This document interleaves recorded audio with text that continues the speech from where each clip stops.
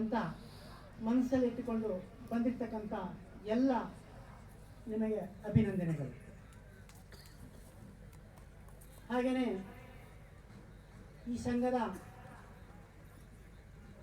ಪದಾಧಿಕಾರಿಗಳು ಹಾಗೂ ಅಧ್ಯಕ್ಷರು ಇಂಥ ಕಾರ್ಯಕ್ರಮವನ್ನು ಇಟ್ಕೊಂಡು ಇವತ್ತು ನಿಮ್ಮೆಲ್ಲರನ್ನ ರಂಜಿಸಿ ಹಾಗೆಯೇ ನಮ್ಮ ಕಲೆಯನ್ನು ಉಳಿಸಿಕೊಳ್ಳೋದಕ್ಕೋಸ್ಕರ ನಿಮ್ಮೆಲ್ಲರ ಮುಂದೆ ಇಂಥ ಕಾರ್ಯಕ್ರಮವನ್ನು ಹಮ್ಮಿಕೊಂಡಿರ್ತಕ್ಕಂಥ ಅಂಚಿನಲ್ಲಿ ತೇಲಿ ಹೋಗ್ತಾ ಇದೆ ಅಂತಕ್ಕಂಥದ್ದು.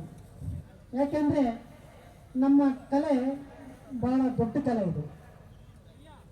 ಇವತ್ತು ಹಸೆ ಚಿತ್ತಾರ ಇರ್ಬೋದು, ಡೊಳ್ಳು ಕುಣಿತ ಇರ್ಬೋದು. ಈ ಡೊಳ್ಳು ಕುಣಿತವನ್ನು ನಾನು ದುಬೈನಲ್ಲಿ ವೀಕ್ಷಿಸಿದೆ. ಯಾಕೆಂದರೆ ಪ್ರತಿ ವರ್ಷ ನಾನು ನನ್ನ ಕನ್ನಡಿಗರನ್ನು ನೋಡೋದಕ್ಕೆ ಒಂದೊಂದು ದೇಶಕ್ಕೆ ಹೋಗ್ತಾ ಇರ್ತೀನಿ. ನಾನು ಪಾರ್ಲಿಮೆಂಟಲ್ಲಿ ಇದೆ ಹಸೆ ಚಿತ್ತಾರ. ಇವತ್ತು ಕಂಪ್ಯೂಟರ್ನಲ್ಲಿ ನಾವು ಸ್ವಲ್ಪ ಜಾಸ್ತಿದ್ರೆ ನಮ್ಮ ಹಸೆ ಚಿತ್ತಾರ ಬರುತ್ತೆ. ಮತ್ತು ನಮ್ಮ ಡೊಳ್ಳು ಕುಣಿತದ ಚಿತ್ರ ಅಲ್ಲಿ ಇದೆ ಪಾರ್ಲಿಮೆಂಟಲ್ಲಿ, ನಮ್ಮ ಮಲೆನಾಡಿಗೆ. ಎಷ್ಟು ಖುಷಿ ಆಗ್ತದೆ, ಎಷ್ಟು ಖುಷಿ ಆಗ್ತದೆ, ಹೌದಲ್ವಾ? ಹಾಗಾಗಿ ನಮ್ಮ ಕಲೆಗೆ ಭಾಳ ಬೆಲೆ ಇದೆ, ನಮ್ಮ ನೃತ್ಯಕ್ಕೆ ಭಾಳ ಕಲೆ ಇದೆ. ನಮ್ಮ ನೃತ್ಯ ಇದೆಯಲ್ಲ, ಇವತ್ತು ಎಲ್ಲೇ ಒಂದು ನೃತ್ಯ ಮಾಡಿದ್ರು ಅದಕ್ಕೊಂದು ಬೆಲೆ ಇದೆ, ನೋಡೋದಕ್ಕೆ 1000 ಜನ ನಿಂತಿರ್ತಾರೆ. ಹಾಗೆಯೇ ಇನ್ನು ಮುಂದೆ ನೀವು ಸಹ ಇದನ್ನು ಕಲಿಬೇಕು. ಈ ನೆಲೆ ಕಲೆಯನ್ನು ಬಿಡಬಾರ್ದು. ಸಮಾಜದಲ್ಲಿ ನಾನೊಬ್ಬ ಮನುಷ್ಯ ಆಗಬೇಕು ಅಂತ ಅಂದರೆ, ನಾನೊಬ್ಬ ವ್ಯಕ್ತಿ ಆಗಬೇಕು, ವ್ಯಕ್ತಿಗತವಾಗಿ ನಾನು ಇನ್ನೊಬ್ಬರಿಗೆ ತೋರಿಸಬೇಕು ಅಂತಂದರೆ ನಾನು ಕಲೆ ಕಲ್ತ್ಕೋಬೇಕು, ಇಲ್ಲ ರಾಜಕಾರಣಕ್ಕೆ ಬರಬೇಕು, ಹೌದಲ್ವಾ? ಇಲ್ಲ ಅಂದ್ರೆ ನಿಮ್ಮನ್ನು ಯಾರು ಗುರುತಿಸ್ತಾರೆ? ಯಾರು ಗುರುತಿಸಲ್ಲ ನಿಮ್ಮನ್ನು. ಈಗ ಒಂದು ಸಣ್ಣ ಮಗು ಬಂತು ನಮ್ಮ ಎದುರುಗಡೆ, ಆ ಮಗು ಎಲ್ಲ ಕಡೆ ಓಡಾಡ್ತಾ ಇದೆ, ಹೌದಲ್ವಾ? ಇಡೀ ರಾಜ್ಯ ತುಂಬ ಓಡಾಡ್ತದೆ ಆ ಮಗು. ನೋಡಿದಾಗ ನಮಗೆ ಎಷ್ಟು ಖುಷಿ ಆಗ್ತದೆ ಆ ಮಗುನ, ಹೌದಲ್ವಾ? ಆ ಮಗು ಕಲೆ ಕಲ್ತಿದ್ದಕ್ಕೆ ಇವತ್ತು ಇಲ್ಲಿಗೆ ಬಂತು, ಇಲ್ಲ ಬರ್ಲಿಕ್ಕೆ ಸಾಧ್ಯ ಆಗ್ತಿರ್ಲಿಲ್ಲ, ಹೌದಲ್ವಾ? ಆ ಮಗು ಕಲೆ ಕಲ್ತಿದ್ದಕ್ಕೆ ಇವತ್ತು ನೀವು 10 ಚಪ್ಪಳೆ ಹೊಡೆದ್ರಿ. ನಮ್ಮ ಶಾಸಕರು ಖುಷಿ ಪಟ್ಟರು, ಕಣ್ಣಲ್ಲೇ ನೋಡ್ತಾ ಇದ್ರು ಮಗನ್ನ, ಹೌದಲ್ವಾ? ಹಾಗಾಗಿ ಕಲೆ ಬಹಳ ಬೆಲೆ ಇದೆ, ಕಲೆಗೆ ಬಹಳ ಬೆಲೆ. ನಾವು ಏನು ಸಾಧನೆ ಮಾಡ್ತೀವಿ ಆ ಸಾಧನೆಗೆ ಬಹಳ ಬೆಲೆ ಇದೆ. ಸಾಧನೆ ಇಲ್ಲದೆ ಸತ್ತರೆ ಏನೂ ಪ್ರಯೋಜನ ಇಲ್ಲ. ಸಾಧನೆ ಇಲ್ಲದೆ ಸತ್ತರೆ ಯಾವುದೇ ಪ್ರಯೋಜನ ಇಲ್ಲ.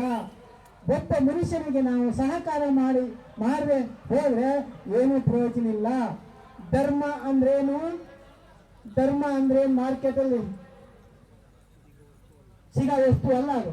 ಧರ್ಮ ಅಂದ್ರೆ ನಾನು ಇನ್ನೊಬ್ಬನಿಗೆ ಸಹಾಯ ಮಾಡ್ತಕ್ಕಂಥದ್ದು, ನಾನು ಅವನಿಗೆ ಹೆಲ್ಪ್ ಮಾಡ್ತಕ್ಕಂಥದ್ದು, ಆ ಕಷ್ಟದಲ್ಲಿರ್ತಕ್ಕಂಥವನಿಗೆ ನಾನು ಅವನ್ನ ಮೇಲೆ ಎತ್ತಿ ನಿಂತುಕೊಳ್ಳಪ್ಪ ಅಂತ ಹೇಳೋದು, ಇದೇ ಧರ್ಮ.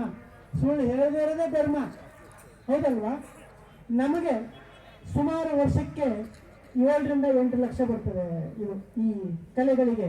ನಮ್ಮೊಂದು ಆಸೆ, ನಾನು ಕ್ರಿಕೆಟ್ ಆಡ್ತೀನಿ, ಕಬಡ್ಡಿ ಆಡ್ತೀನಿ, ಏನೇನೋ ತಗೊಂಡು ಬರ್ತಾರೆ. ನಮಗೆ ಸಂಘಟನೆ ಆಗಬೇಕಾಗಿದೆ, ಮಕ್ಕಳಿಗೆ ಕಲೆ ಕೊಡಬೇಕಾಗಿದೆ.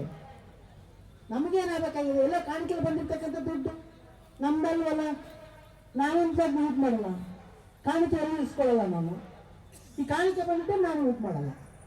ನಮ್ಮದೊಂದು ಅವಾಗಿಂದ ರೂಢಿ.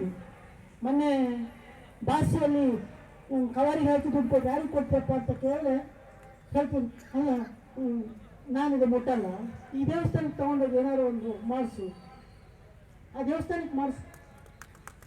ಈ ಬರಗಾಲದಲ್ಲಿ ಕೊಟ್ಟರು ಬಂದು ಏನಾದ್ರು ಪೇಪರ್ ಇದನ್ನು ಕವರ್ ಹಾಕಿ ಮುಟ್ಲಿಲ್ಲ, ತೊಗೊಳ್ಳಲ್ಲ, ನಾನೆಲ್ಲೂ ತೊಗೊಳ್ಳಲ್ಲ. ಯಾಕೆಂದರೆ ನಾನು ಮದುವೆ ಹಬ್ಬ ಆಗಿಲ್ಲ, ನಿಮ್ಮೆಲ್ಲರ ಮಗ ನಾನು, ಹೌದಲ್ವಾ? ಮದುವೆ ಆಗಿ ನನಗೆ ಮಗ ಇದ್ದಿದ್ರೆ ಅವನು ಇಂಜಿನಿಯರ್ ಓದಿಸ್ಬೇಕಾಗಿತ್ತು, ಮಗು ಇದ್ದಿದ್ರೆ ನಾನು ಡಾಕ್ಟರ್ ಓದಿಸ್ಬೇಕಾಗಿತ್ತು. ಅಂಥದ್ದು ಯಾವುದು ನನಗೆ ಹಣೆ ಬರ ನನಗಿಲ್ಲ. ಇಲ್ಲ ಅಂದ್ರೆ ನನ್ನ ಹೆಂಡತಿ ಪವನ್ ಸರ ಮಾಡಿಸ್ಬೇಕಾಗಿತ್ತು. ಇದು ಯಾವುದು ನನ್ನ ಹತ್ರ ಇಲ್ಲ. ಹಾಗಾಗಿ ನಾನು ನಿರಾಪರಾಧಿ, ನಾನು ನಿಮ್ಮ ಜೊತೆ ಸದಾ ಓಡಾಡ್ತಿರ್ತೀನಿ. ಹಾಗಾಗಿ ನಮ್ಮ ಕಲೆಗೆ ಬಹಳ ತಾಕತ್ತಿದೆ. ಹಾಗೆಯೇ ನಮ್ಮ ಶಕ್ತಿ ಬಂಗಾರಪ್ಪನವರು ಬಂಗಾರಪ್ಪನವರು ಅಂತ ಹೇಳ್ತಕ್ಕಂಥದ್ದೇ ನಮ್ಮ ಶಕ್ತಿ. ಅದೊಂದು ದೊಡ್ಡ ಶಕ್ತಿ ನಮ್ಮದು. ಬೇರೆ ಯಾವುದೇ ಜಿಲ್ಲೆಯಲ್ಲಿ ಮಂತ್ರಿ ಆಗಿರಲಿ, ಆ ಜಿಲ್ಲೆಯಲ್ಲಿ ಹೋಗ್ಬಿಟ್ಟು ನಮ್ಮ ಬಂಗಾರಪ್ಪನ ಹೆಸರೇನು, ಆ ಖುಷಿ, ಆ ಮಾತು ಹೇಗಿರುತ್ತೆ, ಬಂಗಾರಪ್ಪನ ಹೆಸರು ಬರ್ತಿದ್ದಂಗೆ ಹೇಗಿರುತ್ತೆ ಅಂತ. ನಾನು ಬೆಳಗ್ಗೆ ಹೇಳಿದೆ ಮಧ್ಯಾಹ್ನದಲ್ಲಿ ಅಂದರೆ ಶಾಸಕರಿಗೆ, ನಾವು ಬೆಂಗಳೂರು ಹೋಗ್ಬೇಕು ಅಂತ ಅಂದರೆ ಅಲ್ಲಿ ಲಾರ್ಜೋ ಮತ್ತೊಂದು ಇಸ್ಕೋಬೇಕು ಅಂತ ಅಂದರೆ 25 ವರ್ಷ ಹಿಂದೆ ಬಂಗಾರಪ್ಪನವ್ರ ಕಡೆ ನಾವು ಅಂತಿದ್ವಿ, ನಾವು ನೋಡಿರಲಿಲ್ಲ. ಅಲ್ಲಿ ಅವ್ರ ಹೆಸರು ಹೇಳಿ ನಾವು ಅಲ್ಲಿ ಕೆಲಸ ಮಾಡಿಸ್ಕೊಳ್ತಕ್ಕಂಥದ್ದು. ಹಾಗೆಯೇ ಈ ಮುಂಗಾರು ಮಳೆ ಬರುವಾಗ ನಮ್ಮ ಮಲೆನಾಡೋದೊಂದು ಕಂಪ್ಲೇಂಟ್, ಅಣ್ಣ ತಮ್ಮ ಹೊಡ್ಕೊಳ್ಳೋದು ಒಂದು ಬೇಲಿ ಜಗಕ್ಕೆ.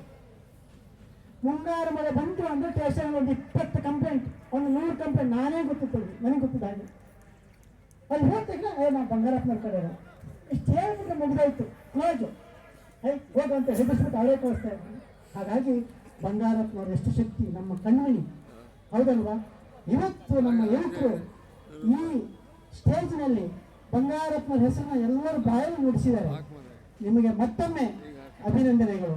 ಹಾಗಾಗಿ ಇಂಥ ಸಂಘಗಳನ್ನು ಕಟ್ಟಬೇಕು ಹೇಳಿದರೆ ಗುರುಗಳು, ಸಂಘದಿಂದ ಫಲಾಯಿತರಾಗಿ ವಿದ್ಯೆಯಿಂದ ಸ್ವತಂತ್ರರಾಗಿರಿ ಅಂತಕ್ಕಂಥದ್ದನ್ನು ನಮ್ಮ ಗುರುಗಳೇ ಹೇಳಿದ್ದಾರೆ, ಹೌದಲ್ವಾ?